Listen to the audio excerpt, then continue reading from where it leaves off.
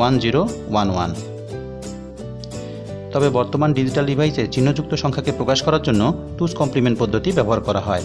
Once complement পদ্ধতি এবং sign magnitude পদ্ধতির ব্যবহার নেই বললেই চলে।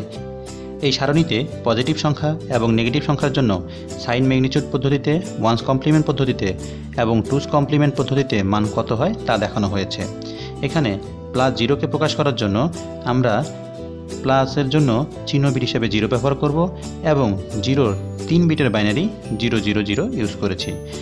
+1কে প্রকাশ করার জন্য প্লাসের জন্য আমরা চিহ্ন বিট 0 ব্যবহার করেছি এবং 1-এর জন্য 3 বিটের বাইনারি 001 ব্যবহার করেছি।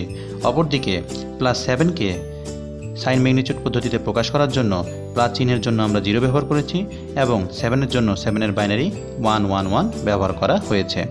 অপরদিকে আমরা যদি মাইনাস সংখ্যাকে প্রকাশ করতে চাই তাহলে শুধু চিহ্ন বিট হিসেবে আমরা 1 ব্যবহার করব, আর বাকি সবগুলো একই রকম থাকবে। -1কে প্রকাশ করতে চাইলে মাইনাসের জন্য চিহ্ন বিট 1 ব্যবহার করেছি এবং 1-এর বাইনারি হচ্ছে 001। অপরদিকে -6কে প্রকাশ করার জন্য মাইনাসের জন্য চিহ্ন বিট 1 ব্যবহার করা হয়েছে এবং 6-এর 3 বিটের বাইনারি হচ্ছে 110। অর্থাৎ এখানে সর্ববামের বিটটি চিহ্ন বিট নির্দেশ করছে এবং বাকি 3টা বিট সংখ্যাটির মান নির্দেশ করছে বা ম্যাগনিটিউড নির্দেশ করছে। এই জন্য একে বলা হচ্ছে সাইন ম্যাগনিটিউড পদ্ধতি। অপরদিকে ওয়ান্স কমপ্লিমেন্ট পদ্ধতিতে পজিটিভ সংখ্যাকে এবং নেগেটিভ সংখ্যাকে প্রকাশ করার জন্য প্রতিটি পজিটিভ সংখ্যার মানের কমপ্লিমেন্ট বের করতে হবে। অর্থাৎ +0-র জন্য আমরা +0 4 বিটের বাইনারি হচ্ছে 0000। অপরদিকে আমরা যদি -0কে প্রকাশ করতে চাই তাহলে আমরা চিহ্ন বিট 1 ব্যবহার করব এবং প্রত্যেকটা ডিজিটের কমপ্লিমেন্ট বের করব। অর্থাৎ 0-র কমপ্লিমেন্ট 1, 0-র কমপ্লিমেন্ট 1, 0-র কমপ্লিমেন্ট 1, 0-র কমপ্লিমেন্ট 1। অপরদিকে +1-এর 4 বিটের বাইনারি হচ্ছে 0001 এবং প্লাসের জন্য আমরা চিহ্ন বিট হিসেবে 0 ব্যবহার করেছি। অপরদিকে আমরা যদি -1কে ওয়ান্স কমপ্লিমেন্ট পদ্ধতিতে বের করতে চাই তাহলে +1-এর প্রত্যেকটা বাইনারি ডিজিটের কমপ্লিমেন্ট ফর্ম বের করতে হবে। অর্থাৎ 0 থাকলে 1, 0 থাকলে 1, 0 থাকলে 1, 1 থাকলে 0। অনুরূপভাবে +4-এর ক্ষেত্রে আমরা প্লাসের জন্য চিহ্ন বিট 0 ব্যবহার করেছি এবং 4-এর বাইনারি হচ্ছে 100। এখন আমরা যদি -4কে প্রকাশ করতে চাই তাহলে যেখানে 0 আছে সেখানে আমরা বসাবো 1, যেখানে 1 আছে সেখানে আমরা বসাবো 0।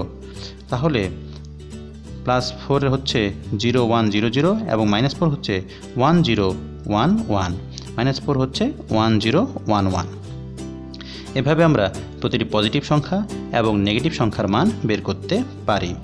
অপরদিকে টুস কমপ্লিমেন্ট পদ্ধতিতে নেগেটিভ সংখ্যার মান বের করার জন্য প্রথমে আমাকে ওয়ান্স কমপ্লিমেন্ট করতে হবে, তারপর তার সাথে 1 যোগ করে টুস কমপ্লিমেন্ট বের করতে হবে। তোমরা একটু লক্ষ্য করো, সাইন ম্যাগনিটিউড পদ্ধতিতে +0 এর জন্য একটি মান পাওয়া যাচ্ছে এবং -0-এর জন্য আরেকটি মান পাওয়া যাচ্ছে, কিন্তু বাস্তবে +0 এবং -0 অসম্ভব।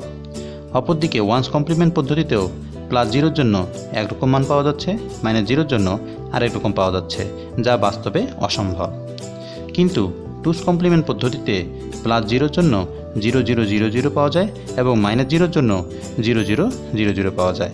এজন্য টুস কমপ্লিমেন্ট পদ্ধতিতে এই +0 এবং -0 বলে কিছুই থাকে না, দুটিই 0কে নির্দেশ করে। কিভাবে এটা আসলো?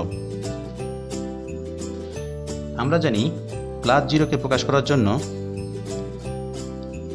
চিহ্ন বিট 0 ব্যবহার করব এবং 0 3 বিটের বাইনারি হচ্ছে 000। একে যদি আমরা ওয়ান্স কমপ্লিমেন্ট করি তাহলে আমরা বসাবো 1 1 1 1 এবং টুস কমপ্লিমেন্ট করতে গেলে এর সাথে একটি 1 যোগ করতে হবে। 1 যোগ করলে হয় 1 এবং 1 যোগ করলে হয় 0 এবং হাতে থাকবে 1। 1 এবং হাতের 1 যোগ করলে হয় 0, হাতে থাকবে 1। 1 এবং হাতের 1 যোগ করলে হয় 0, হাতে থাকবে 1। 1 আর হাতের 1 যোগ করলে হয় 0 এবং হাতে থাকবে 1। এখানে এই বাড়তি বিটকে বলা হয় ক্যারি বিট বা ওভারফ্লো বিট। এখানে আমরা 4টি বিট নিয়ে কাজ করছি, তাই এখানে একটি অতিরিক্ত বিট চলে আসছে। এই অতিরিক্ত বিটকে বাদ দিলেই দেখো +0-এর জন্য 0000 এবং -0-এর জন্য আসে 0000।